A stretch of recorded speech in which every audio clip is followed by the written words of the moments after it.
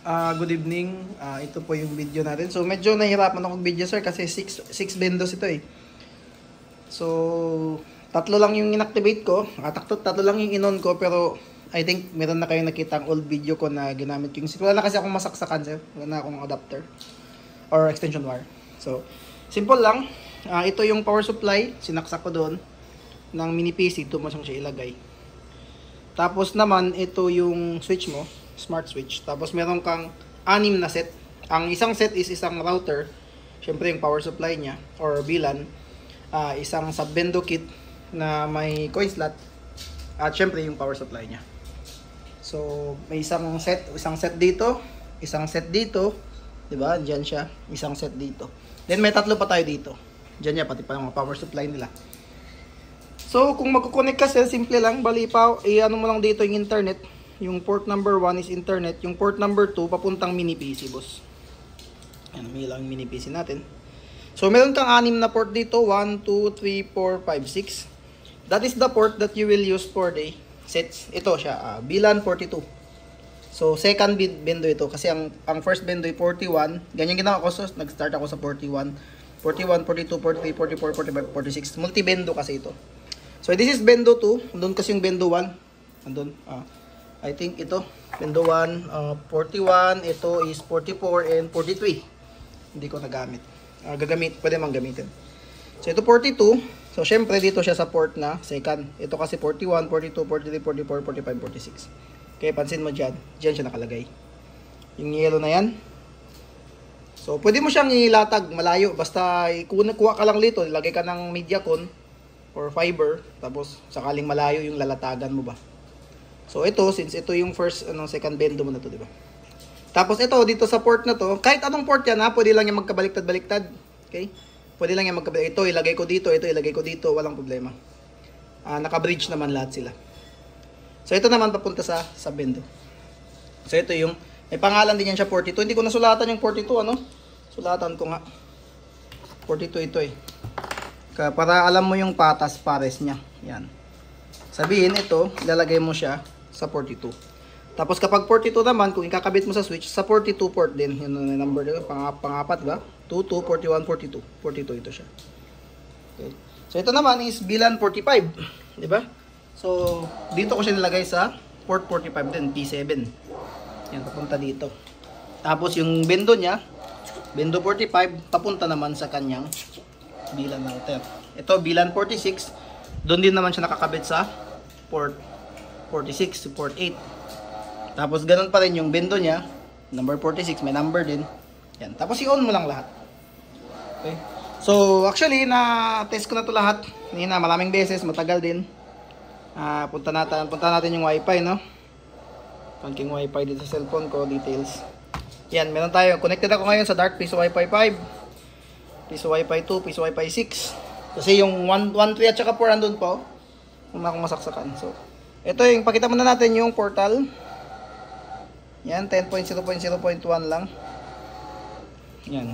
Meron pa, ayun. Automatic, pakita mo, di ba? Nung kumunik ako sa Dark Piso Wi-Fi 5, Dark Bendo 5 yung lalabas. Yan yung time ko, 3:11. Automatic, di ba? Dark Bendo 5. Pag mag-insert ko yun ako, hindi ko na kailangan magpili. Automatic na siya. Mag-click yung nakita mo, nagbi-blink-blink yung nakakonect sa 45. Di ba? So, syempre, doon ako magulog. Hulog tayo ng say piso. May piso ako dito. Ito, black coin slot yung gamit ko ngayon. May lulok ko yung alan. Pero anti-hook pa rin. Yan. So, naging 3 hours and 23 minutes. Okay. So, try natin lumipat. Para makita mo na since isa lang yung mini PC mo, naka-centralize din siya. Naka-centralize. So, lipat tayo sa Dark Piso Wi-Fi 2. Let's say, naglakad-lakad ka, pumunta ka sa ibang lugar, nakapunta ka sa isa pang Dark Piso Wi-Fi. So, yung time mo doon sa Piso Wi-Fi 5, pwede bang magamit dito? Actually, automatic siya eh. Pagka-click ko pa lang, diretso connected. Okay? So, check natin ulit yung 10.0.0.1. I-refresh lang natin. Automatic, nakita mo Dark Bendo 2 kagad yung lumabas dito. Pag mag-insert coin ka, hindi mo na kailangan pumili. Ito yung magbi-blink. Siya kagad yung magbi-blink. Diba? Kaya nga tinawag siya ito select. Yan. Piso siya. So, bakong ibang coin. Puro piso yung coins ko eh. Yan. So ganun, kahit saan ka pumunta, punta ka sa 1, sa 3, sa 4, 5, 2, sa 6, sa 6 na bendo, automatic ma-transfer yung time mo. Okay, kasi nga, isa lang yung controller mo, which is punta tayo sa 6, kasi na natin napuntahan, di ba? Pag-click na ng sign in, automatic connected siya kaagad. Then, i-refresh ko lang ito. Makikita mo, Dark Bendo 6 kaagad yung pinipili niya. Auto select. Bale, since nakakonect ka dun sa router na to, dito ito kaagad yung pipiliin niya. Pag mag-insert coin ka, ito kaagad yung ilaw.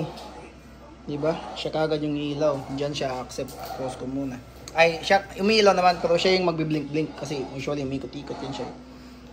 So, ganun. Kung ikukabit mo naman yung Piso Wi-Fi 1, Dark Bendo 1, nandun, kakabit mo lang yung router niya dito.